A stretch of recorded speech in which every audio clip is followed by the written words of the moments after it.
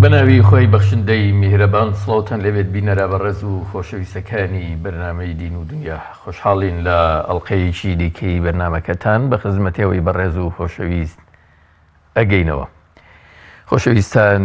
دەمانەوێت ڕاوەستین لەسەر و بارودۆخی کە هەنووکە لێرە لە هەرێمی کوردستان و عێراق و ناوچەکەش دەگوزەرێ، ئەویش ڕوبەڕوونەوەی مرۆڤایەتیە بە مەترسیەک بە جۆرێک لە ڤایرۆس بە جۆرێک لە نەخۆشی کە سوپاس بۆخوا تا ئێستاش هەرێمەکەی ئێمە وڵاتەکەی ئێمە سەلامەتە و دوورە لەو نەخۆشیە هیوادارین هەروەش بمێنینەوە و لە هەر حاڵەتێکی شاگەر نەخۆشیەک شتێک دەرکەوت ئێمە باسی بکەین کە چۆن ڕوبەڕووی ئەم بابەتە ببینەوە لە ڕوانگەیەکی دینیەوە تەوەکل لە دینە پشت بەستن بە خوا کە خوا خۆی دەفەرمێ پشت بەخوای خۆتان ببەستن چۆنە ڕێکار و ئەسبابی هەیە یان نیەتی وا ترس لە بەرامبەر هەر جۆرە مەترسیەکە کە لە هەر بارودۆخێکی دیاریکراوە ڕوبەڕووی مرۆڤایەتی یا ئینسانی موسڵمان دەبێتەوە تاشی موسڵمان چۆن مامەڵەی لەگەڵدا بکاوە چۆن خۆی بگونجێنێەوە خۆی چۆن دەرباسکە لەو جۆرە مەترسیە و دوجار بە سەرکەوتوی بێتە دەرەوە. ئەم بابەتە دەوروژێنین لە چوارچەوەی چەند پرسیارێکە لەگەڵ بەڕێز دکتۆر دیاری ئەحمەد قەساب جێگری سەرۆکی سەنتەری زەهاوی بۆ لێکۆڵینەوەی فکری و لە هەمان کاتیشدا دکتۆر و پزیشکی نەخۆشخانەیە بەگەرمی و خێراتنی بە ڕێزیانەکەی. زۆر سوپاس کاک دکتۆر بەخێر باشم. سلام یاخ کاک دکتۆر بە لێرەوە دەست پێ بکەین کە تەوەکل لای ئینسانی موسڵمان چۆنە چه مانایەکی هەیە؟ بسم الله الرحمن الرحيم الحمد لله والصلاة والسلام على سيدنا محمد وعلى آله وصحبه أجمعين. سپاسەکەم بۆم دەرفەتە تەوەکل واتە ئەوەی کە تۆ ئینسان سیقەیەکی تەواتی هەبێ بەرامبەر بە خوای خۆی وازیێنان و دەست بەرداربوون لەوەی کە لە دەستی ئینسانە هەیە. تەوەکل یعنی ئەوەی کە تۆ پشت بەستی بە خوای گەورە کە خوای گەورە خۆی خاوەنی هەموو شتێکە خۆی بتوانایە بەسەر هەموو شتێکە و زانایە بە هەموو شتێک. تەوەکل لە ڕاستیە صفەتی موسڵمانانە. خوای گەورە چەندین جارە فەرمێ وعلى الله فليتوكل المؤمنون وتوكلوا على الله إن كنتم مؤمنين. کاتێ ئینسانی ئیماندار ئیمان قایمی و ئیمان کە قوڵە بێتەوە لە ئینسانە زیاتر ئینسان تەوەکلی وە دروستە بێ. لەمان کاتە تەوەکل وا صفەتی ئینسانی موسڵمانە عینەشت فەرمەیە کە تەوەکل کە لەسەر خوا إن كنتم مسلمين. زەنایان فەرمیانە لەو ئاتەی کە خوای گەورە فەرمێ فاعبده وتوكل عليه. عیبادەت کاتێک کە ئینسان عیبادەتەکە ڕۆ کاتە خوای گەورە لە نوێژ و ڕۆژ و عیبادەتەکانی ڕۆژانە ئیکە عیبادەتی ئەگەر عیبادەتێک بێ کە ئیخلاصی تیا بێ کە ئینسان بە جوانی عیبادەتەکانی ئەنجام بدە کۆتاییەکەی گاتە تەوەکل. فاعبده و دوایە فەرمێ وتوكل عليه. واتە ئەگەر مەراتیب و پلەکانی عیبادەت حسێب بکەین بێگومان دیارە عیبادەتمان هەیە قەلبیە لە ناوایە عیبادەتمان هەیە بە جەستە ئەکرێ هەیە بە پارە ئەکرێن تا دوایی لە عیبادەتە قەلبیەکان یەکێ لە عیبادەتە قەلبی هەرە گرنگەکان بریتە لە تەوەکل. بۆ زانان هەنێک فەرمیان هەنێکان کە کۆتایی عیبادەت ئاخیرەکەی ئەگات ئەوگەێنێت تەوەکل. ئینسان تا تەوەکلی بەهێزتر بێ دیارە لە عیبادەتەکانیانە قوڵترە و زیاتر تێگەشتەوە لە عیبادەتەکان. تا تەوەکل بەقوتر بێ دیارە ئیمانی زیاتر پتەوترە و ئیمانی قایمترە بووی کە عیبادەت بۆ کێیەکە و ئیمانی بەو خالقی کە عیبادەتی بۆکە. بۆچی دەبێت تەوەکلمان هەبێ پشت بەخوا ببەستین؟ ئەمە دەمانگەێنێتە چی؟ بەڵێ ڕاستە یەکەم بۆچی بێت تەوەکلمان هەبێ لەوەی ڕاستی ئینسان کە لە ژیانە ئەژی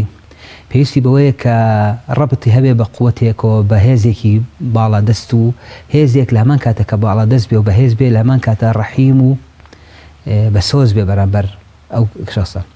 ئێمە کاتێک کە تەوەکلێکین بەرامبەر بە خوای گەورە لەبەر چەند هۆکارە. یەکەمیان لەبەری خوای گەورە قەویون عەزیز بەتوانایە بەدەسەڵاتە. ئینسان کاتێک کە پشت ئەبەستێ بێ شخصێ تەشبیه نەبێ پشت ئەبەستێ بە یەکێکە قووەتی هەیە لە خۆی زۆرتر بێ توانایی هەیە هێزێکی هەبێ. خوای گەورە دیارە لە صفەتە گەورەکانی بریتێ لەوەی کە خوایەکی بەتوانە و بەهێزە و خوایەکی زانایە علمێکی ئەزەلی هەیە علمێکی کە ئەو علمی خوای گەورە لە جەهلەوە نەهاتوو بەرەو نیش ناڕۆ بەرەو نەمان ناڕۆ. خوای گەورە معلومە علمی خوای گەورە بەحرێکە لە علم کە ئێمە پێی ناگەین مادەم خوای گەورە عالمە بە حاڵمان عالمە بۆ شتێکی ئێمە لە ژیانە تووشمانە بێ شەر نییە تەنها شتێکی مادی بێ، لەوانەیە شتێکی نەفسی بێ، لەوانەیە شتێکی ڕۆحی بێ، لەوانەیە شتێکی معنەیی بێ، لەوانەیە ترس بێ، لەوانەیە خۆشەویستی بێ، لەوانەیە ناڕەحەتێکی دەرونی بێ. ئەمانە هەمی زوعفە لە ئینسانە هەیە. کێ پێزانێت؟ تۆ لەوانەیە نزیکترین کەس لە تۆ نەزانێت کە تۆ ئەو زوعفانەی کە هەتە چیە، بەڵام خۆی گەورە عەلیمە، سەمیعە، خۆی گەورە ئەبیستێ ئەو شتانی کە ئێمە ئیڵێن، و هەروەها بەسیرە، خۆی گەورە یعنی بەسیرە بۆ حاڵە ئێمەی تایە. لەبەرەوە ئەم سیفەتانەی خۆی گەورە وا لێماکە کە ئێمە محتاجە بین پێی، چکن ئینسان مەهما کان ضعیفە. لەمان کاتە خۆی گەورە کە خاوەندە سەڵاتە و ئاگای لێ ئێمێ و زانایە بە حاڵمان و بە ضعفی ئینسان، کە ئینسان خۆلیق الإنسان ضعیفە، ضعفمان هەیە. مهما كان إنسان بقاتە چ مەرحەلەیەکی زانستی یان قووەتی مادی ئیلا ضعفە ڕووی تێیەکە، پێویستی بە یەکێکە پەنای پێبەرێ. لەمان کاتەوە خوای پەنای پێبن، خوایەکی زۆر بەڕەحمە، خوای گەورە ڕەحمەتی پێش عەزابی کەوتووە، خوای گەورە ڕەحم بە هەموو کەسێکە، تەنها ئەوانشتی کە ڕووی تێ ناکەن و کە عیبادەتی بۆ ناکەن، خوای گەورە هەر ڕەحمیان پێیەکە. لەبەرەوە پێویستمان بۆیە کە ئێمە ڕووکەینە ذاتێک کە قووەتێکی زۆری هەبێ، کە پشتی پێبەستین، لەمان کاتە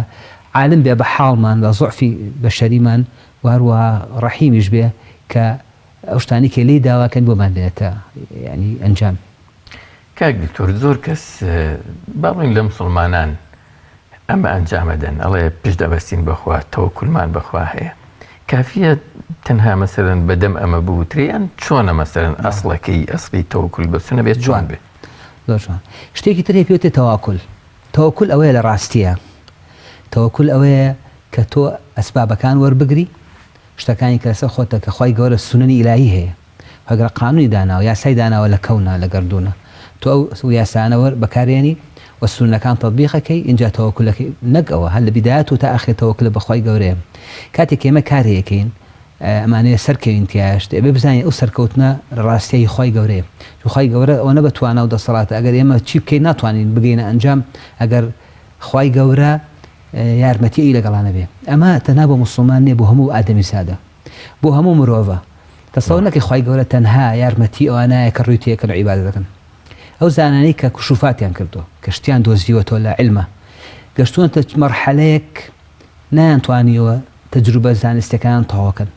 لە غەفڵەیەکە، لە خەوێکە، لە شتێکە شتێک وەکو ئیلهامێک تشبیه نەبێ، بۆیان هاتە شتەکانان ئەستیان کردووە، خۆیان باسیەکەن لە ژیان نەمایانە، کەسمان کردووە دەستێکی خەفی شاراوە هەیە، گایدمانەکەوەتە تەوجیهمانەکە و ڕێبەرمانەکە بۆ ئەو شتە ڕاستەکەی دۆزینەوە. خوای گەورە یارمەتی هەموو مرۆڤەیە ئەگەر سونەنە ئیلاهیەکانی دواکەوت، کەواتە کە ئێمە یاساکانی خوای گەورە تەطبیقین، خوای گەورە یارمەتیمانایە بە شەرتێ ئەو شتێک کە ئێمە ئیکەین لە خۆشی ئادەمیزادا بێ، لە خێرا بێ، نەک لە شەڕا بێ. خوای گەورە یارمەتی شەڕ نایە، بەس خوای گەورە یارمەتی هەموو کەسێکە ئەگەر بەرەو خێر بچێت. ئینسانی مسلمانیش تەنها بە قسە بڵێ تەوەکل بەخوا، بەڵام هیچ ئەسبابێکی هینەکرد پێ دەبەر پێ ناوە تەوەکل. ئەو پێتە تەواکل. وەکوڵێن لە یەکێ لە سەفەرەکانی حەجە، کاتی خۆی حەج ناڕەحەت بووە،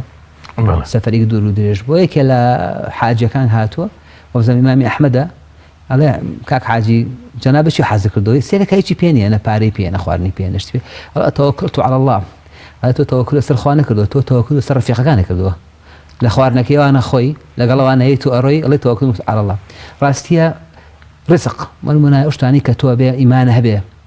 کە ئینسان وەکو باسمان کە تەوەکل ئینسان ئیماندار تا ئیمانی زیاتر بێت، تەوەکل زیاتر بێت. یەک لەوانە ڕزق، بزانین ڕزقی خوایە، خوای گەورە ڕزقمانایە، بەڵام ئەم ڕزق نابێ هەر دانیشی بڵێ وەڵا خوای ئەینێرێ، تۆ ئەسباب وەرەگری. خوای گەورە فەرمێ وەکول فەمشوا فی مەناکبیها وەکولوا من ڕزقی، کە تەوەکل کە بەخوا، بەس ئەبێ بگەڕێ بەسەر زەویە، اینجا لە ڕزقی خوا ئەخۆی. وەروها لە جیهادە، لە تێکۆشانە، لە وەرگرتنی علمە، هەمی تەوەکولەکەیتە خوای گەورە. بێ خوای گەورە ئەو علمەمە ثابت کات لە مێشکی زانایانە، بێ خوای گەورە هیدایەتی زانایان بۆی کشوفاتەکان دۆزنەوە، بەڵام ئەسبابەکان وەربگیرێ لە هەموو شتێکە. لە دیاریشە لە مێژووی ئیسلامە، هە لە سیرەتی پێغەمبەری خوا صلی الله علیه وسلم هیچ تەوەکولی کەس نییە بەقی پێغەمبەر صلی الله علیه وسلم تەوەکولی بە خوای گەورە هەبوو بێ، بەڵام لە هەمان کاتە پێغەمبەر صلی الله علیه وسلم ئەخذی بە ئەسباب کردو، وەکو با بڵێن وەکو نمونەیەک و قودوەیەکی ئێمە. پێغەمبەر صلی الله علیه وسلم هەموو کارەکانی بە ئەخذ بالئەسباب، پاشان تەوەکولی تەواوەتی لە هەوڵ و لە ئاخیرەوە تەوەکل بە خوای گەورە. تەوەکل ئەبێ ومان فێرکە ئێمە هەر سەرکەوتنێکمان دەستکەوێ، هەر شتێکمان دەستکەوێ، ئەمەی خۆمان نەی خوایە. جاری وایە ئینسان مەغڕورە بێ، وەکو چەند حکایەتێکمان بیستووە مەسەڵەن بۆنەوە قارون کاتی خۆی زۆر ثروەتێکی کۆم پێم خۆشە هەندێک نمونە مەسەرەن هەبێت کە لە قورئانایان وەکو تراماژەی پێکرا بیهێنینەوە بۆی بینەران مەسەرەن باشتر تێبگەن لێمە. دیارە قارون لە بەنی ئیسرائیل بووە، ئیمانیشی بە خوازانەتی خوا هەیە، ئیمانی بە موساش هەبووە، بەڵام دوای هەڵەگەڕێتەوە. ئەو ثروەتی کە دەستیەکەوێ قال إنما أوتيته على علم من عندي على خۆمە وەڵی خی گەورە چی بەسەرێنێ ڕاستە تۆ زیرەک بۆ و کابرا لە خۆڵی لێ بوو بۆ بە ئاڵتون، بەڵام ئەبێتەوە کول بە بزانی ئەمەی خوایە تۆ نییە. ئەو قسەی کە لە سوەتی کەفا باس دەکرێت لە بینی دوور هاوڕێکی کە لەسەر باخەکەیان دانێکان کاڵێ ئەمەی خۆمە و لە سوەتی کەفا باس دەکرێت جەنەتین کە دوو خی گەورە دوو باخی گەورە و دوو بێستانی گەورەی ئاەوە تا دوایی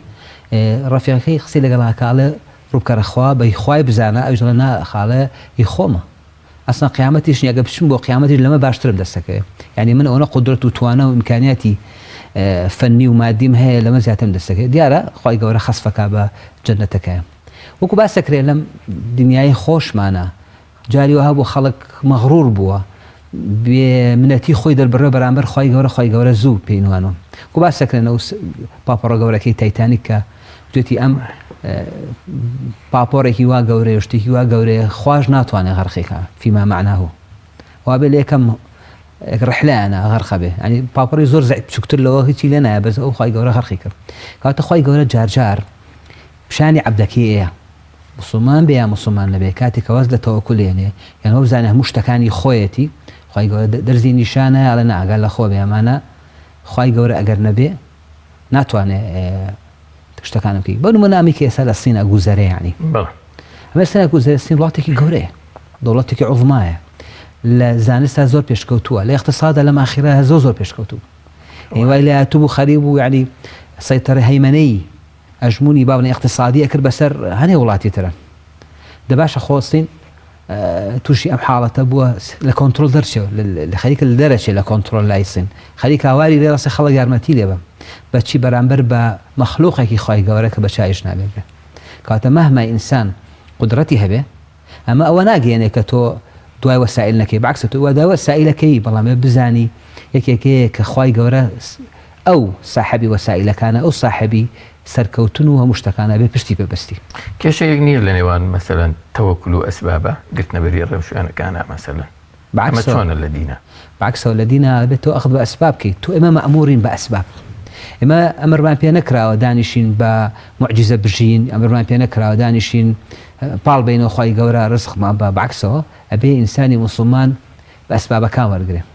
حتا زانایان فەرمیانە خی گەورە جاری وایە ئومەتێک سەرخا ئەگەر ڕوشی لە خوانە بێ بەڵام عەدلی تیابێ، بەڵام ئومەتێک سەرناخە ئەگەر زاڵم بێ باگەر حساب مسلمانیش بێ. ئەمە زانایان ئەمەیان فەرمووە لەبەر خی گەورە فەرمێ كلا نمد هؤلاء وهؤلاء من عطاء ربك. خی گەورە یەکو باسمان کرد یارمەتی مرۆڤ بە هەموو شێوەکان بە شەرتێ وەسائلەکان بگرنەڕێ ولا بێ خێری مسلمانانە بێ. بەڵام کاتێک کە تۆغیانیان کرد، کاتێک کە شتێکیان کرد، جاجار خی گەورە قدرەت و عەزەمەتی خۆیان نیشانە وەکو زلەیەکی مهرەبانیەک و باسەکرێ بۆ ئینسان بگەڕێتەوە. ڕاستی ئەمی کە لە خەڵک باسێکا لە ئەمە عقوبەتی خوایە و خی گەورە چی لە سین کرد و وای لێکردوانە لەوانەیە نازانین، بەڵام مهمترین دەرس بەڕای من ئەوەیە کە ئەمە گەورەی خوا گەورەمەوە دەرکەوێت کە ئێمەی مرۆڤ بەتابەتی ئەمەی کورد مەسەلەن جاری هەنێ تاکی کورد زۆر بێمنەتی خۆی دەرەبڕێ بەرامبەر بەخوا و یعنی حتا ئەگەر مولحیدیش نەبێت سێرەکی ئەفکارێکی نوعێکی هەیە دەکاکەوە سینە بەم قووەتەوە ناتوانێت بە ڤایرۆسێ بوێرێ. کەواتە ببزانی مرۆڤ چەند بەدەسەڵات بێ خی گەورە لەو بەدەسەڵاتترە چون کەونی خۆیەتی خۆی مەلیک و مالکی هەموو کەونە یەم دنیاش و ئەو دنیاش لەبەرەوە ئەبێ ئیمانە بە قدرەتی خی گەورە بەڵام واز لێنان لە ئەسباب بە هیچ شێو لە سنەتی پێغەمبەر صلی الله علیه و سلم و لە ڕێگای ئیسلام نییە. ئیسلام ئەڵێ ئینسان ئەبێ ئەسباب وەرگرێ. زۆر باش. کاک دکتۆر بە هەندێک باسیش لە بارودۆخە مەترسیدارەکان بکەین کە لای تاکی مسلمان چۆن مامەڵەیان لەگەڵا بکات. طبعاً لە زووش و لە ئێستاشا مەسەلەن بوو لە داهاتوو شاشێ کۆمەڵێک بارودۆخ کۆمەڵێک حادیسە و ڕوودا و هەبن کە ژیانی تاکی مسلمان مەسەلەن ڕوبڕۆی جۆرێک لە مەترسی بکاتەوە. ئینسانی مسلمان چۆن مامەڵە لەگەڵ ئەم بارودۆخانەیە بکە؟ بەڵێ بێگومان ئێمە بزانین مە عەبدی خی گەورەین و هەموو شتێک خەیر و شەر بەدەست خی گەورەیە. خواهی گەورە لەسەر چی بهێر ئەوە ڕوئەیە و باسمان کرد ئێمە ئەخذ بە ئەسبابەکەین. بالمناسبة پێغەمبەر حەدیثێکی زۆر جوانەیە کە ئەفەرمێ ئەگەر تەوەکولی تەواتی بکەن بەسەر خوا وەکو ئەو تەیرە وایە کە یەغدو خەماصا ويرجع بطانا. أفرمي أجر إيوه توكلي حق التوكل لو تتوكلون على الله حق التوكل. يعني أجر حق توكل أميه لم حديث هذا جامع جبيك أو كو تيروان كزو بعيد درجة لهلانكي الروابع دوار رزق عجره كم جار سكي بطالة يجي بيني لو سلو قريته سكي تيربو أما حق التوكل لك وأنت تشكر أم تيرة يوالا والله كاكا وتاو تيرة روشتو كسعودش نقول خوار رزقي أنا خاف بيهوصل فرمي يغدو باني زو درجة زو درجة برزق قراه بتيري قراه أما حقي توكله كابي أخذ بأسبابك لظروفك يواك مصيبة الرواية مثلا إنسان أبي بيجا مشتك سقيك جوريه بخوي خوي بيجمع لكاتي مصائب إيمان امتحانك له أو إيماني به يستربه درك كصبري أبي سأخو ما بيني معنا كاتي مصائب مردن وأمشتانها أنا كسي إيماني لا وازا زو دسك بكفر كردنو نار زايدر برينو أمانة بلا ما نيك خوان إيمانا فعلا تيجي إيمانا تيجتوا والربط يعني بخواي جوروا أمانة باش بيك روج ودروش بأنا بهم إيمان الراسية إيمان بيسي وبرورد كردنا شو تشبيهنا بتشون لعشمان بيسي كاتو بخيركي خوارني بيتي وفيتاميناتي بيتي والرياضي بوكي وأنا أقل صحتي خوبه إيمانه أمانش بيسي بزيادة عبادته ركرنا خواو وهو اعتقادي كسقي بخواهته لكاتي مصيبة كان سيك وأنا إيماني أنا هي زور صبر أقل صبري كتواتي كان وأنا بلام وأنا كإيمانا ضعيفة زو الرخين كاتل لم ظروفانا أبي أما دبين بظروفي وأبوي بيسمع ببرد كرني إيمانا بيسمعني أما نلين طاون يشرك ما ورشك ما قال طعام قرآن خين وعلم معلومات إسلامية يترمى إيمانا كم ثابتة خو من نظرينية إيمان شتيكي نظرينية شتيكي بيسي بتغذية روجانية لكاتي مصيبتها بيسمع بو إيمانا أبيت لبره لكاتي مصيبتها هر فعلا واشا وأنا شتيك دور الأخوة لكاتي مصيبتها أقرنا بلا إخوة مش أقري الرؤيا مصيبتها الرؤيا همي أقرته بلا إخوة يقولها بيقومان همي أنا زانك بابل الرزقار بونها لا أوه يعني زوجها مثلا يواها قطروا نكرد الأخوة كتوشي نخوشيكي كوشن داها به روحاتو أخوة يقولها باش أخوة زانيك دسي دكتور أنا ما هو مقر أخوة خوي بيقوم أخوة يقولها قادر على كل شيء له أنا شفا شبا لبرو لم ظروفانها براسي بيسمان بإيمانيكي يكم قول دوهم راستقينا إيماني خرافياتنا وما لنا يشد باب ولا تواصل اجتماعي أم دعاء بخينا وشو جار أم بخينا أما أنا يشي رازنين كاكا هني دعاء من بمنا خيرته نك يكي عوام لزاني بعربي جو خينته بضلو براسي ربك خاي يقول دعاء بك خاي يقول توي راست شيء مثلا إنسان مسلمان بيبيكا أبات يا دعانيك والله هل بدل دعاء بك لا خاي بيقومان بيسي بدعاء دعاء زوزو قرنقا لم ظروفانا بيسمع بدعاء بس بيزناك أنا دعاء بك أمن الصبت يعني أمن الصبت ألا السنة هي طا قال مأثورة ولا السنة أي كين فقال ناس زاني خاي قرين بكردي دوس كده جوان لكردي تيجا بخاله ما بارس كردي زاني خاي قرا بكردي جوان للشوا لعباد للسجدة طبعا للنرجع بعربي به لا مكاتك أروح كانوا خاي قرا دعاء بكين برام بيجي دعاء بكين كوباس ما كان بيسمع الوقاية خير من العلاج بيسمع بوهي كيما خمان جاري كتير أشكين ولا قال إيمانه أو إيمانك واسمع إيمانك نظري ومناقشة ومجادلة سر أسماء وصفات لا جوان تبقين كخواي جورا كالين رازقة يعني شيء كالين عليمة كالين سميعة كالين بصيرة يعني شيء وهروها بروردي جنش كان ممكن لسروشته يعني جاري واحد زوجار أوانيك خاون أزمون زيادة صبر قرن لمشتانا شرني لبروي كالي عمران تبرانو ناترسن مجمرن جيان تيجانون ك أجر شون جاري واحد زور عاصفة يكشتيجي أرواح أجر صبر هبه بجاي وأنا أزمون يعني زوتر أروخم بيسمع هيك يا مجان شكان مان وهم خوش مان عاش كانوا لقل إيمانه في تربية إيمانية يمكن تربية روحية يمكن يعني من جاري واحد بينهم يعني حتى للشينا إسلامي كانوا شني علومي إسلامي وأنا هشت نظرك آخرا بيسمع بيوهيك تربية إيمانية بين بتشي تربية إيمانية الإيمان يزيد وينقص بتشي زياو كمكا بعبادة بروكرنا خواي جورا بذكر كان بما مروشك يعني براستي إنساني مسلمان بتابدي خطابة كم بوانا وأنا ملتزم من الرول أخوان أبيه حصيك ما نبي لذكر كردم ذكر بس من لك دوعای لە خەوەستان و ڕووکردنەخوا و دوعانی کە مەثورە دیارە و هەروها قورئان بەڕاستی شیفای دڵەکانە شفای دڵەکانە و شفای نەفسەکانە چی کەوتووە لە معنەویاتە زیاکە مەناعەتە زیاکە سیقە و بەرامبەر خوای گەورە زیاکە ئەگەر تێشی نەگەی ئەگەر تێی بگەی لە زمانەکەی ئەوە زیاتر جاری وا هەیە من خۆم بەسەر ماهاتوە مشکلەیەکی دنیاییە لە باوەڕێن ختمەکە تاکەی خوێنی چێسە سوورەتێک عەلا تەعین تۆ بەخصوصی ناچێ ئاەتە بخوێنیتەوە ئەوە تا خوێنیتەوە کە سەرێ هاتووە لە ختمەکەتە ڕۆژانەیەکی خوێنی سێکی باسی تۆکە شەرتی ئێمە جوان تەدەبور بکەین لە قورئان کاتە پێویستمان هەیە بەڕاستی جوان لە دین تێبگەین و لە قورئان ئەگەر محاولەکەین بیخوێنین و خۆمان ڕابێنین لەوەی کە ڕۆژانە ئێمە ذکری خوای گەورە بکەین. ئێمە کۆمەلگەی ئیسلامین کاک دکتۆر ئێستا بارودۆخێک جەنابەت ئاماژەت پێدا تۆزێک ینی ئەو نەخۆشی هاتۆتە مەسەلەن ناوچەکەوە ترس و قەلەقەیەکی زۆر لە تاکەکانی خەڵکی موسڵمانی ئێرە ئەبینی مەسەلەن بۆ خۆی زۆر شپست کردووە خەریکە مەسەلەن قەیرانەکە چەند قاتەکە لە خۆی قەیرانێک هەیە یان مەترسیەک هەیە واش پرزە بووین ینی هەندێک خەریکە قەیرانی دیکەی لە پاڵا دروستەکەن تۆ چیت هەیە بۆ ئەم جۆرە مامەڵەیە کە لێرە ئەکرێ ینی تاڵ ئەم قەیرانی کە جەناب باسێکی ئەسبابی هەیە ینی کە ئەوە شتەکان گەوراکەین یەکێ لە ئەسبابەکانی بڕاستی جەهلە ینی تێنەگەشتن لە مۆزوعەکە ڕاستی ئەم نەخۆشیە زۆرمان تێنەگەشتوین یعنی سا من دکتۆرم جایوە لێمە پرسن چکون اختصاصی دقیقی من لە ڤایرۆس و بەکتریانێ من جەڕاحم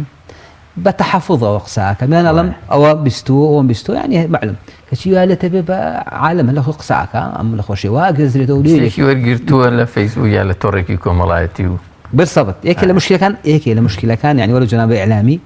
ئیعلامە لەگەڵ چیە لەگەڵ ئەم تۆڕە کۆمەڵایەتیانە یعنی من نصيحتم بۆ ئیعلام وایە یعنی ئەم شتە بچووکتر بکەنەوە والحەمدولillah ئەو محاولە ئەکەن وەڵا یەکێ دۆزراوە لە ذیقار توش بووە دوای دەرەکێوانێ یەکێکی توش بوو لە دهۆک دوای دەرەکێوانێ لە ئێران ئەوە کەس مرد بیست باسی بکەن بە زۆر باسی مەکەن یعنی پێویست زیاد لە پێویست بالضبط زیاد لە پێویست پێویستمان بە حەذەر و تاوان باسی حەزەکەی وەشەکەین پێویستەکە ئێمە خۆمان پارێزی بەڵام شتەکە تایبەتی معلوماتی فەیسبوک یعنی زۆر معلوماتی وانیە بەڵێ WHO خۆی سایتی خۆیانیان هەیە بە عەربیش هەیە یان تۆ ئەمتیستە بە عەربی خوێنیتەوە ئیحسایەکان بشانە حتا دقە بە دقەکە زیاب بکە یعنی هەر لەحظەیەک چی پێتەڵ ئەوەنە کەس ئەگەر سێری ئیحسایەکانیشان بکەی مەسەلەن بۆ نمونە 80000 کەس توش بووە لە بە سێرەکەی نزیکی نەبووە بە 3000 وفات لە سین بەڵام چەند هەزاران چابوونەتەوە نزیکەی 30,000 چابوونەتەوە ئەی تۆ باسی سێری عەدەدە ئەوانە کە چابووەتەوە بۆچی هەر سێری شتە ناحەڕەشەکە کەواتە یەکەم یاوتم جال بە مۆزوعەکە یعنی زۆر کەس معلوماتی نییە دەربارەی نەخۆشەکە وا ئەزانێ هەوایەک لە ئێرانەوە بێ هەمومان تووشەکە کاکەوا ناگەزێتەوە ڤایرۆسی کۆڕۆنا ئەم ڤایرۆسی جەوا ئەزان ئەم ڤایرۆسی کۆڕۆنا شتێکی تازەی پێشتر نەبووە لەوانەیە خۆیان توش بوو بین کاتی خۆی زوو توش بنەوە نەجاتەوە بەس ئەمە تۆڵی نۆعەکەی گۆڕاوە بێگومان معلومە ڤایرۆسی کۆڕۆنا لە ئەستا لە حیوانەوە ئەگەزرێتەوە بە ئینسان اینجا کە ڤایرۆس تێ توشمانە بێ مەناعەتی خۆمان زۆر مهمە ئەگەوانیشی کە مردوون لە سین یان پیرەکان لەسەر و 70 ساڵەوەن یان مناڵی بچکۆلەن زۆریان مردویان ئەوانەی کە نەخۆشی تریان هەیە نەخۆشی دڵ و نەخۆشی قورسیان هەیە تەحملی ئەم ڤایرۆسە ناکەن کاتە تۆ ئەگەر مەناعەت باش بوو تەحملەکەی یەکێ لەو شتانەی کە زۆر مهمە کە تۆ مەناعەتی خۆتی باشکەی بریتە لە حاڵەتی نەفسی ئەوە هیچ شتێکیان هەیە لە طوبە کە حاڵەتی نەفسی مەناعەت بەرزەکاتەوە بۆچی قورئان شیفایە بۆ نەخۆشی مادیش جگە لە نەفسی بەڵێ قورئان ئارامکەرەوەی دڵە خانەکان ئارامە بێتەوە مناعی لەج بەوەیەکی ئیمانی پێبێ ئەم قورئانە ئارام دەکاتەوە مەناعە و زیاکە تۆگە مەناعە هەبوو هەمومان ڕۆژانە لەوانە معڕەز بین بۆ هەنێ شتی سەرەتان کرد کە توی ژێر پەنجەتەکە لە خواردن لە هەوا لە شتێ بەڵام چی کوژێ نایڵێ ئەو مناعەتی کە تۆ هەتە تاوان بە ئەمری خوا بێگومان ئەمری خوای لەگەڵ کەواتە پێویستمان ئەوەی کە ئەم سەبەبی قەیرانەیە وتمان جەهل بە مۆزوعەکە و گەورەکردنی و هەروە وەرگرتنی معلومات لە هەنێ فەیسبوک و هەنێشتەوە سەرچاوەی ناڕەسمی ڕسمی زەرورە سەرچاوەکان و شتی علمی بێ ئێستا بۆ نمونە مەسەلەی ماسک جارە ماسکی کە ئێمە لە کاتی عەمەلیاتشا بەکارێن ئەوە ئەسڵەن هەر بە عەمەلی ئەم کۆڕۆنا شتە نایە تۆ ماسک پێویست ناکاتەوە ئێمە سامە خۆم چەند ڕۆژێکە لە خەستخانە سێرەکەم هیچ دکتۆرێک منە بینیەوە ماسک بکە بۆ دەرەوە یعنی خەڵک کەسی سێگەم زۆر خەڵک ماسکەکە دکتۆرەکان سڵحیان لەگەڵ ڤایرۆسەکان نانێ بڵێ توش ناکە ئەمە جار تووشە بن بە دوای دیارە ئەوان زیاتر معلوماتیانێ ئەزانن بەم ماسکە بەسیتە ناگوێزێتەوە. دومیش ئەم ماسکە لە خۆ ڕوعبێک و خۆفێکی دروستەکە. کاکە قەچێک ئەمە چۆ لە قەڵەباڵغیەوە زۆر کەس هێر بێ ئیشە هەموو ڕۆژی لە بازاڕ هەموو لە ژێ لە قەڵەباڵغەیە تو پێویست ناکە بۆشی زەڕوری مەچۆ بکو ئەگەر سەحەوتی ئێشتا الحەمدولیلا جەنابە فەرمووشمان نییە الحەمدولیلا ئەگەر دایرەی سەحە بەڕەسمی لەم لاولاوانە بەڕەسمی وتی ئەگاتان لێ بواکەن ئەوە بە قسەیەکن لەبەری ئەخذ بالئەسباب واجبە چون گوناحمانەکە ئەگەر ئێمە خۆمان بخەینە و تەهلوکەوە بەڵام شتەکانیش دەبێت بە حسابی خۆی بێ خۆ نابێت لە خۆمانەوە بە قسەی خەڵکین لەبەرەوە مەسەڵکو جەهلە بە مەوزوعەکە و وەرگرتنی معلوماتە لە شوێنی ناڕاستەوە و حتا خۆ زانین لە کاتی وایە خەڵک فێرە بێ فلیمی دروستەکە شت فەبڕەکە کە شت تێکەڵەکە ڕسمی کۆنێن وڵا ڕئیسی سینی چووە نوێژی کردو کاکەەوە ڕێی سینی و ڕێستی مالیزیا ئەو کۆنە و فلیم وەڵاو توێتی ئەوە ملیۆن خەڵک موسڵمان بووە یعنی حتا ئەمانە جوان نییە بۆ تاکی موسڵمان ئەم شتانە دووبارە بکاتەوە نەقڵی بکە لە خۆمانە بۆ شت بکەن بێگومانە سینیەکانیش ئێستا بیرەکەنەوە لەوەی کە یەکە لە ئەسبابی توشبوونەکان بریتی خواردنە چون لەو دۆزیانەوە لەو بازاڕەوە بڵاوەتەوە کە خواردنە شەعبیەکانی تیا فرۆشراوە کە مار و شتانی کە خۆمان زانین لە سین شتی سێرە خۆن بێگومان لە ئیسلامە حرامە ئەو شت خواردنانە یعنی ئەو شتانی کە ئیسلام حرامی کردووە ئەوان ئەوە ئەخۆن لەو بازاڕەوە بڵاوەتەوە ئێستا ئەکید بەخوانە ئەچنەوە کاگەتە تۆزی لەمە لە عاقڵ بن ئەوە دوو پشک مەخۆن مار مەخۆن ئەو شتانە مەخۆن یعنی بێ بزانن یەکێک لە ئەسبابی توشبوون بریتێ لە ئەو گۆشتە خراپانە و یەکێک لە ئەسبابی توشبوون بریتێ لە پاکوخانی ئێمەی موسڵمان و ئێمەی کورد بەتایبەتی الحەمدولیلا زۆر پاکوخانین لەم ئاخیرایە لە یەکێک لە منەظەمەیەکی ئەمریکی استیفتایەکی کردو لە ئەوروپا بزانێت چ گەلێکی ئەوروپی لە هەمیان پاکوخانترن یەک پرسیاری بەسیتیان کردووە حسینیان کردووە دراسایان کردو پرسیارەکە ئەڵێ تۆ ئایا مباشرەتەن یەکسەر دوای چوونە سەر بەڵێن WC توالێت کای دەری یەکسەر دەستە شۆی ئەم پرسیاران لە زۆر هەزاران خەڵک کردووە دوای دەرکەوتووە پاکترین خەڵکی ئەوێ خەڵکی بۆسنەیە بە 196 خەڵکەکە و توانە بەڵێ بە ئیجاب جوابیان ناتەوە ڕاستگۆشن لەگەڵ مەوزوعەکە بەڵێ خۆی استیفتایە ئەوان نایە خەڵک دوای ئەوانیش کێن خەڵکی تورکیایە دوای ئەوان لە 194 دوای ئەوان خەڵکی کۆسۆڤا لە 185 ئەڵێ چی ئەوانی کە تەقیرەکان بڵاو کردوتە خۆیان شەرحی مۆزوعەکەکەن ئەڵێ یەکێک لە ئەسبابی ئەوەی کە ئەم شەعبانە بڵێ یەکەم دەرچوون لە پاکوخایەنیە ئەڵێمانە نوێژکردن و وزوو ئەگەرن حتى کەلیمەی وضوء یان هێناوە بە ئینگلیزیەکە نووسیانە ئەڵێ ئەمانە دەست نوێژەگرن ئێمە بۆچی بترسین ئێمە الحەمدولیلا گەلێکی موسڵمانین وەک پاکوخایەنیشین هەر کورتیش لە ناو موسڵمانەکانە مەشهورە پاکوخایەنی دەستە شۆین ئەو دەمان وەرەین خۆیڵە چی ئەوانی کە WHO نەسیحەتمانەکە لە دەستان بشن زوو لە ئەو دەتان وەڕن ئەڵێنە ئەم شتانە بکەن ئێمە خۆمە ڕۆژانە ئەم شتانی خۆمانەکەین کاتێ مادەمێ ئینشاڵڵا مولتەزیمین بە دینەوە وەروە خواردنی پاکە خۆین ئەیکوڵێنین بە پیسی نایخۆین بە نەکوڵاوی ئەمانە هەمی ئەسبابی وقائیە کاتێ ئێمە خۆمان الحەمدولیلا خۆمان شتە مادیەکانمان هەیە پێویستمانەوێت کە ئەم خەوفە دروستکەین چون ترس ئەبێتە هۆی نەمانی مەناعە ڤایرۆسەکەش تەسیرت یەکە دوور نییە سامنە و ڤایرۆس نەچوێتە ناو هەناسەمەوە بەس مەناعەکە کوشتێتی الحەمدولیلا خۆمە یەت ئەڕوا لێکێک توش مەسەلەن بەڵام ئەگەر تۆ بترسی و معنویات نەمێنێ ئەکید مەناعەکە بێتەوە سەبەبێکە بێت ئەو پەنا بەخوا لەوانەیە بۆ توش بۆ پشتبەستن و تەوکل پێویستمان بە پلەی ئیمانی هەیە مەسەلەن ئینسانێک پێویستکە مەسەلەن پلەی ئیمانی بەرزکاتەوە زیاتر پابەند بێ ئەمە پێویستە یەکێکە لە مەرجەکان تاوەکو بە جددی مەسەلەن تەوەکلت بۆ دروست ببێ ئەمە چۆن بکرێ مەسەلەن وەڵایکو بزانانە فەرمیانە ئیمان بەچی زیاکە بە عیبادەت و بەڕووکردنە خۆ عیبادەتیش تەنها هەر نوێژ نییە بەڕاستی عیبادەت زۆرە عیبادەت یەک و باسم کرد لەوەڵەوە بە دڵەکرێ بە عیبادەت القەلبیە عیبادەتیش هەیە بە لاشاکرێ یعنی ئەوانەی کە بڵین بە لە دەرەوە پیابین ئەوانەی کە بە مادداکرێت لەوانێت تۆ پێویستی بێ سەدەقە بکەی کە تۆ ببەخشی حتى لە حەدیث ئەوەی هەتا بەسی خەڵکی لێبێ نەک بیشاریتەوە بەڵێ بیشاریتەوە من ئێستا باسی شتێک کرا پێشەوەی بێم بەلای جەنابە وتی ئافرەتێکی ئێرانی لە ئەڵمانیا ژیاوە بیستوێتی کە پەنیر مشکلەی ئەزمە دروستە بێ چۆ لە سوپەرمارکێتەکە 5 بڵێن پاکەتی کڕێەوە وتی کە ئێنێتە ماڵۆسەیە کە دراوسی ئەڵمانیەکەی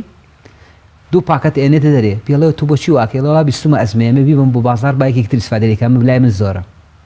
یعنی تو ئەزمە بۆ دروست ئەەکەی ڕاستە پێویست ناکە ئەزمە دروستکە یعنی ئێستا مەسەلەیەم غازە یەکێ لە ئەسبابی ئەزمەکە ئەوەی هەشی بۆ کوێی کڕی واز بێنە بۆی کە نیەتی بیکڕێن ئەمە نەبوونی تەوەکولە یعنی تۆ بۆ تەوەکل بەخوا ناکەی وەڵڵای بڕواکە کە تەوەکل بەخوا بکەین ئەوی گەورە سەردەخاڵێن حکایەتێکی ئەڵێ پیاوێکی زۆر ئیماندار هەبوو کاتی خۆی پیاوێکی عالم بوو وەروە عابدێکی معروفیش بوو ئەم پیاوە ئەو کاتە زمانی زوو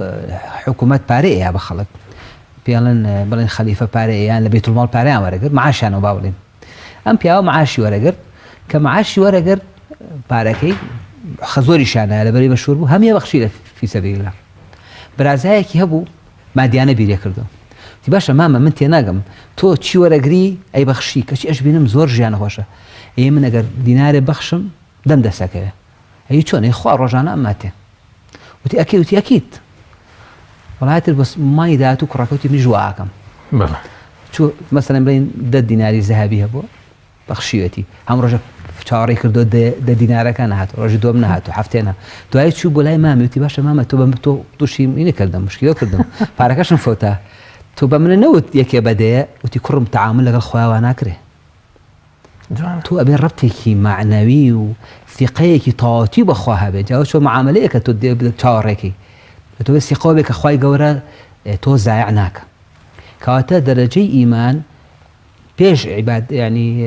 بوتمان عیبادەتی دەرەکیەوە بەخشینە عیبادەتەکانە و باسمان کرد یەکی ئەسبابی دەستنوێشتن ئەسبابە بۆی کە تۆ ڕزگار بێ لە نەخۆشی مادیش و هەروە برێت عیبادەت قەلبیەکان یعنی ئەو عیبادەتی کە تۆ ئەیکەی کە تۆ ڕوو ئەەکەیتە خوا تەنها هەموو زغممان نەبێت تۆ حرەکەکەمان چۆنەکەیش واجبە یعنی سونەیە بەڵام تۆ ڕەبتەکە بێ لەخوا یعنی سا من حەزەکەم لێرۆ قەناتیەوە شتێ بڵم دیاردەیەکی لەم شاریەمە زۆرە یعنی چی نوێژەکەی لە مزگەوتە هەرەوە نازانی یەکێ سەلامەکەوە ئەوی تەنیشی دەست بەر زەکاتەوە وەڵامیات من باسیەوە ناکەم مە جایزە جایز نیە سنە نیە ئەمە چی ئەگەێنێ ئەمە ئەگەێنەوەی کە لە نوێژەکە ئەگا لە نوێژەکە نییە هەر خەریکی لە دەرگاکە خۆی پێک تاقە مەشتێکی زۆر بەڕێی من نابەجێیە من لە سوژدامێکە سەلامم لێ بکە من ڕەبتم لەگەڵ خوای هەیە نوێژ ڕەبتە لەگەڵ خوای گەورەیە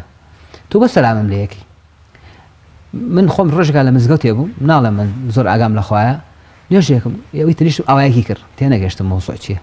تۆزێک تش ئاوایی کرد دوای تەرکیزم کرد سێرم کرد ئەمەی زووزوویەکی خۆی پیاکە سەلامێکەکەمی جوابێنێتەوە ێ باش هەموو لە تەنیشتەوە ئەستان بۆ من گوێم لە سەلامەکانە بووم دیارە ئەمە خەریکی ئەم بەزمەیە تەوەجوه بۆ خوش بە شکلیات نییە بە ناخە بە تەواتی ڕەبتە بەخواوە هەبێ ئەڵێن کاتی خۆی حکایەتێکە معناکەی ڕاستە شەرنی ڕاست بم بیستمانە مەجنون لەیلا مەجنون ئەڕوات بە سەریعی لە شوێنێکەوە ئەڕوا کۆمەڵێک لەو کاتیان نوێژەکەن خەڵکی عەشەتەکەی خۆیان نوێژی عیشایان نوێژەکەن لە دەشتە دیارە ئەڕوا بۆ شوێنێک و دوای لەو سەرۆیەتەوە ئەڵێ ها وەرە فڵانە کەسەوە بۆ نوێژی لەگەڵانە کردین ئەڵێ نوێژی چی ئەڵێ تۆ لە بەلامانە تێپەڕی سێرە نەکردین کە ئێمە نوێژمانە کرد ئەڵێ وڵای من لەبەر مەحبوبەکەم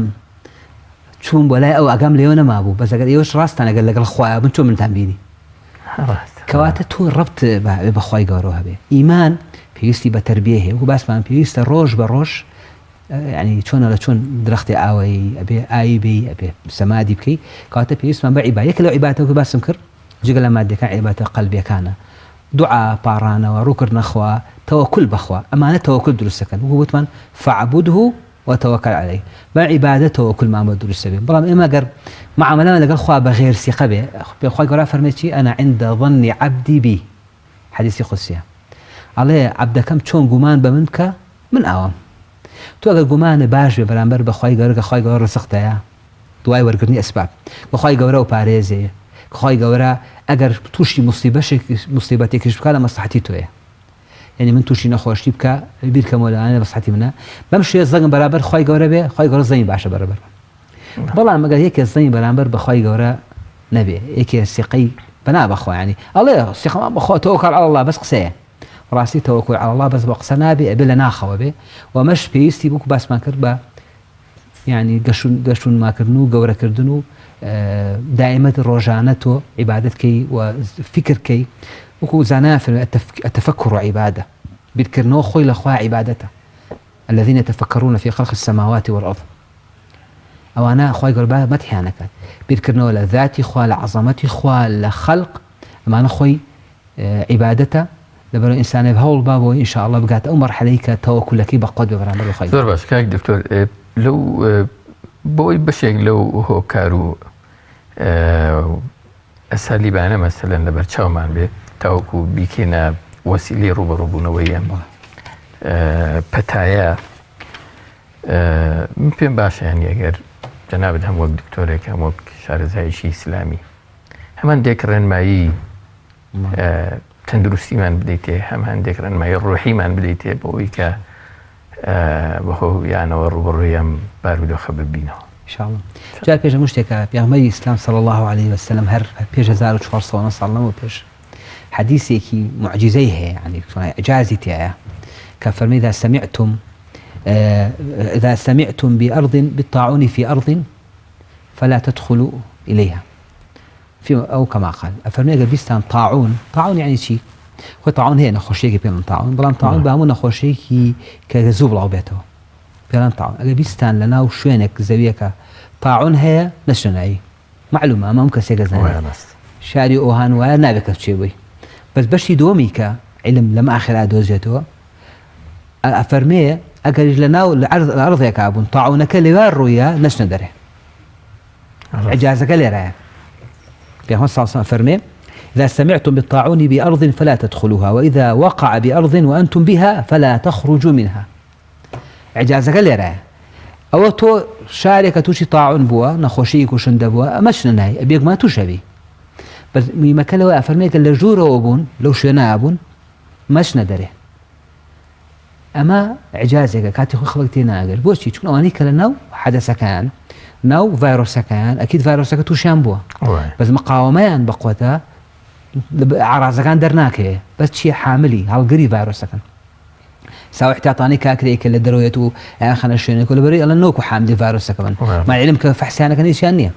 هالقري ام فيروس هي في مثلا بيش زاوج خاصه لو بيش فرميتي اكل شنو مش ندري اللي بري دركوتو او انا مقاومان بقوته بس فيروس كان بيك ايش ندري خلطوا شكل خاطر لا وزه توشبه بيجما توشبه هذا بدا مش ام توجه يعني امرين ما نبويه ام توجه النبيه ام فرمان النبوي في صلى الله عليه وسلم الصحابه كان تطبيق يعني كردوها لطاعوني عمواسة كروية لزمان عمري كل خطابة شندين صحابة عمري خوان كربا طاعون نهاتنا داره بو بابلين امتثالا لأمر النبي صلى الله عليه وسلم يعني كيورا علي بيغمري خوان صلى الله عليه وسلم نهاتنا داره للشارع مرجيشن كواتايك ما هم رمايكي دينية واجبيك وهم رمايكي صحية إذا بيزناك إما طبعا كزناتي بو الشارع أقل يجيك توجبو هستي كرن توجبوا يعني إيك توجبوا يعني لو شاركوا هاو بيس خوي بشاني دكتور وبابلين اشتصح كان بكري أما بنسوي كشكي هي حمل فيروس هو بس ما كرش تويقة كان كزاناني مساباسي كان بريتلا باكو خايني بريتلا ويكاتو باكو خاين بي لا خواردنو لا روها دشتنو تنسر أنا لكن إهمالي كراو هني كسكرديتي بايت لهم ولا إهمالي نكابرستي وأمش موعظية يعني شون وشاركنا وبيت المسلمان ريق بيتهم وهروها ناحية هم طبي ومعنوي وهم ديني شوية كإنسان نترسي براستي ترسي ناوي زول لنا خوش كان نخوش هيتي زول الله ترسى جاري واحد يعني زول نخوش ولا من برواك هي تشينيا هترسي سرطان وين باس كردو ترساو ترسي بكردو أو نخوش كمان بيني واو أي جوالي ها يكاك هاد نخوش نوعك دو هميش وكو باسم كل هم معرضين بهم نخوشي بلام توقر بترسي خرابة توشتبه لبروا بيد بتسنقل لا يكي واني كانت شنو بلاي عيادة ودكتوري وبرواك حالتي درونية شتي شانية بس اترسن لشتي اترسن معيدان نخوش بي اترسن لو يكام نخوش كون اترسن لبروا بيسمان باوي كدور كينو لترس ترسي لكاتي ضرورته طبيعية بلام ترسي بيت حالتك دروني كتولها مشتي بترسي لو يكا هيونية بترسي بيك ما نشتكي خرابة لا حيدي نيش بما عليك إنسان نترسي تبوء ترسي بزاني خوايكي بدأ صلاتي برحم تو بشت بيه بستوا وتو روت كردوتا أو خوايك الرحم بكافر كان يجا يسوي رحم بتونا كتوكا مسلماني رويتي أكي كاتب يسمع بويكا نترسينو وبدلوا روكي خواي جورو ثقة ما نهبه توكل يعني ثقة ثقيكي طاعتي ما بيه ويك لا إخوة واز بين لو يك لسي بشرع سپاس کاک دکتۆر زۆر کاتمان گرتی یاتینە کۆتایی بەرنامەکە بەڕێز دکتۆر دیاری ئەحمەد قەساب جێگری سەرۆکی سنتەری زەهاوی بۆ لێکۆڵنەوەی فکری سپاس بۆ ئامادەبوون. سپاس بنەرە بەڕێز و خۆشەویستەکان بە هیوای سەلامەتی بۆ هەموو لایەک هاتینە کۆتایی ئەڵقەی ئەم جاری بەرنامەکەتان تا ئەڵقەکانی داهاتوو بە خواتان ئەسپێرین. زۆر سپاس.